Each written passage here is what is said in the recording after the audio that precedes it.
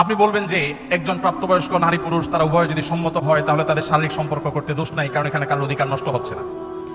এরকম কথা আমরা অনেককে বলতে শুনি। আমি তাদের উদ্দেশ্যে বিনীতভাবে বলতে চাই, আপনি বিবাহের আগে কারোর সাথে কোনো রিলেশন করলেন, কোনো সম্পর্ক করলেন বিবাহ ছাড়া, আপনার জীবনে পরবর্তীতে যদি অন্য কারোর সাথে বিয়ে শাদী হয়, এই যে যার সাথে আপনি শারীরিক সম্পর্ক করলেন বা মানসিক সম্পর্ক করলেন বা কোনো ধরনের সম্পর্ক আপনি তার সাথে স্থাপন করলেন, এই যে আপনার আদান প্রদান, এই যে আপনি ভালোবাসা তার সাথে বিনিময় করলেন, পরবর্তীতে আপনার জীবনে যিনি ফিরে আসবেন, এটা কি তার প্রতি এক ধরনের অবিচার না? আমি কি বোঝাতে পেরেছি? আপনি এখন যার সাথে সম্পর্ক করছেন, রিলেশন করছেন,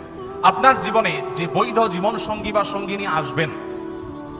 আপনি যদি আগে কারোর সাথে সম্পর্ক করে থাকেন, কারোর সাথে আপনার যদি ভাব বিনিময় হয়, ভালোবাসা যদি আদান প্রদান করেন, তাহলে পরবর্তীতে যে ভালোবাসাটা আদান প্রদান করছেন এর মধ্যে দুইটার যে কোনো একটা রিয়েল আর একটা ফেক।